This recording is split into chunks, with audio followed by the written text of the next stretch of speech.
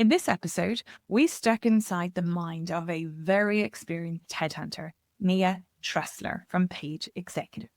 Nia and I worked together closely for years before I left the industry a decade ago, and we've stayed friends ever since. In this conversation, I took the opportunity to ask Nia about a big shift in the senior talent market that you need to know about. Companies are no longer just chasing the polished, traditional, big company, what we used to call blue chip, linear CVs for board and non-executive roles. They're looking for something different instead. And Nia shares what she's seeing. We also explore why more and more senior professionals are prioritizing meaningful, satisfying roles over higher pay, and how your network, even when you've neglected, may very well be the key to your next big career move. Let's dive in. Nia, you and I worked together 10 years ago, and when we caught up recently, you said something that made me super curious.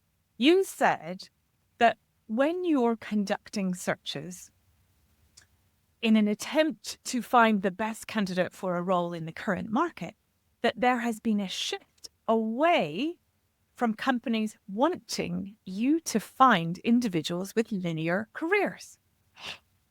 Can you tell me more about that? Yeah, and I just put a little caveat around this to start with, that I don't think we necessarily see all of the markets. So I think there are obviously people who've got very linear careers who are moving into very similar roles in different companies, and companies are doing that direct. So the roles that we're seeing that are coming to headhunters are typically not like that. And I think that there's almost sometimes a backlash against people who've had best-in-class training because there is a lack of innovation. Now, what we're really seeing is that the businesses that I look after are seeing unprecedented levels of automation. So I spoke to somebody today who said we were recruiting the 2 packaging designers, but in that time it took us to get the job specs together. The technology had moved on so much that we didn't actually need those people after all. So there's a tremendous amount of automation. Teams are getting smaller. And then what that means for leadership is that those roles are getting more complex because people are thinking, actually, we don't need somebody to look after buying and merchandising and customer and marketing. We can put all of that under one person because it's a much smaller role. So those leadership roles are becoming much more complex, a lot less linear.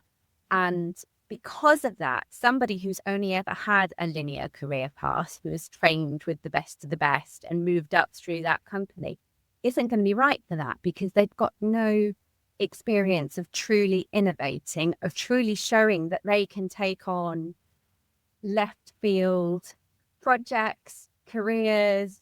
It almost needs, people need to have gone through a period of doing something like a chief of staff role where they are picking up different projects. So they need to demonstrate those wider skills than necessarily what you would get from being in a big company leadership role. That is so interesting and so different to how it was 10 years ago. Gosh, and I love that it's moving so fast that people need to be nimble. I think that those roles are actually more interesting. So for the right people, they're really attractive roles. Roles that I've recruited this year have been things like I recruited an MD for a business unit, but it also had wider responsibility for marketing across the entire group and setting KPIs for the entire group. It was a really complex role, and we're seeing a lot more of that. So for the right people, careers actually can be a bit more attractive, but how you get those interesting roles means that you have to really demonstrate that you have innovated and have taken on different things. So I think actually in commercial roles, the roles on the top line are getting fewer and far between because you can put so much more into one person. But having said that, then I think in some other areas, so, in CIO, whereas the IT director at one point sat under the CFO. Now that is very much a top line. And actually, I have seen some cases where they've actually pulled the chief data officer out onto the top line and taken some of marketing, some of finance, some of IT, and put that under a chief data officer. So there are shifts that way as well. Gosh. Oh my God. I'm so curious.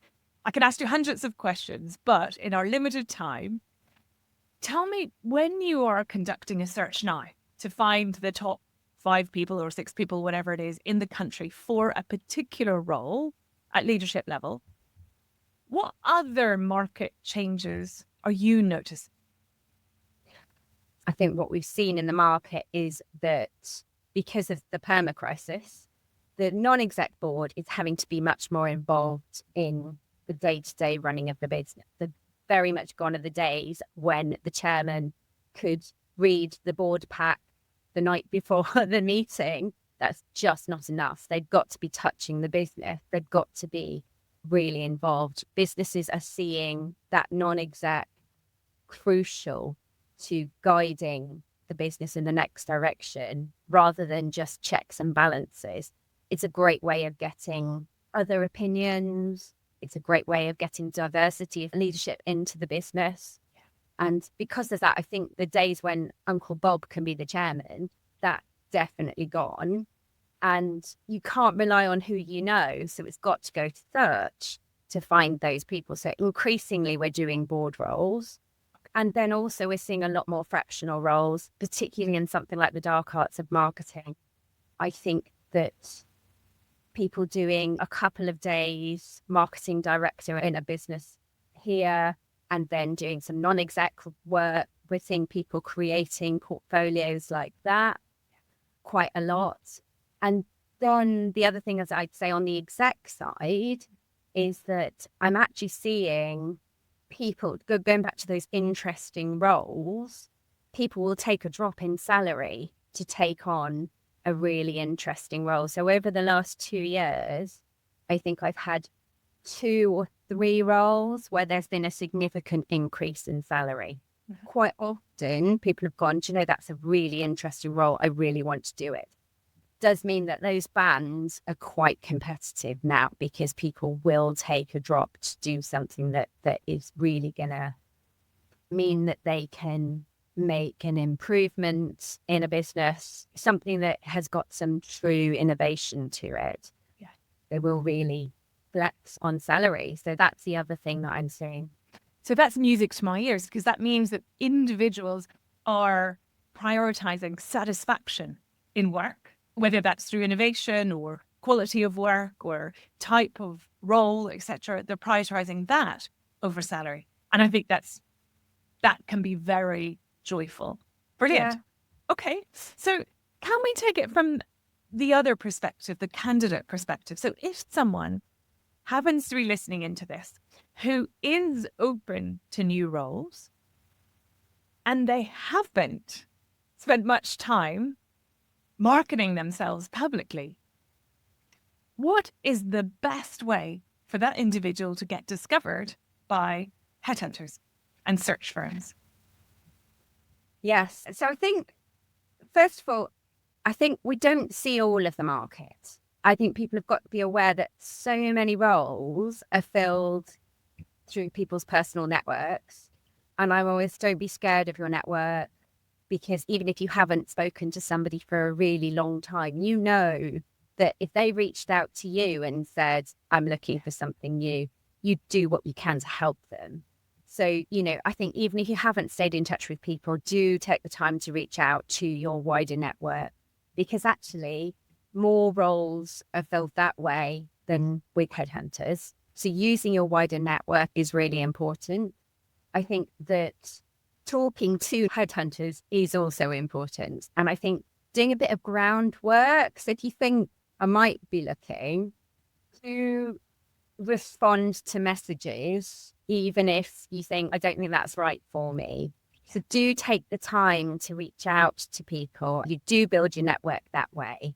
And it can just show that you're engaging with that market. I think taking the time to talk to people and maybe not for you, making a recommendation and using your network to pass things on. If you enjoyed this, you might also enjoy my Life Satisfaction Assessment. It's a 30-minute program where I guide you through a deep dive into 10 areas of your life to assess what's bringing you joy and what's bringing you down. I call it Derailed. It's a fabulous place to begin a Joy at Work redesign.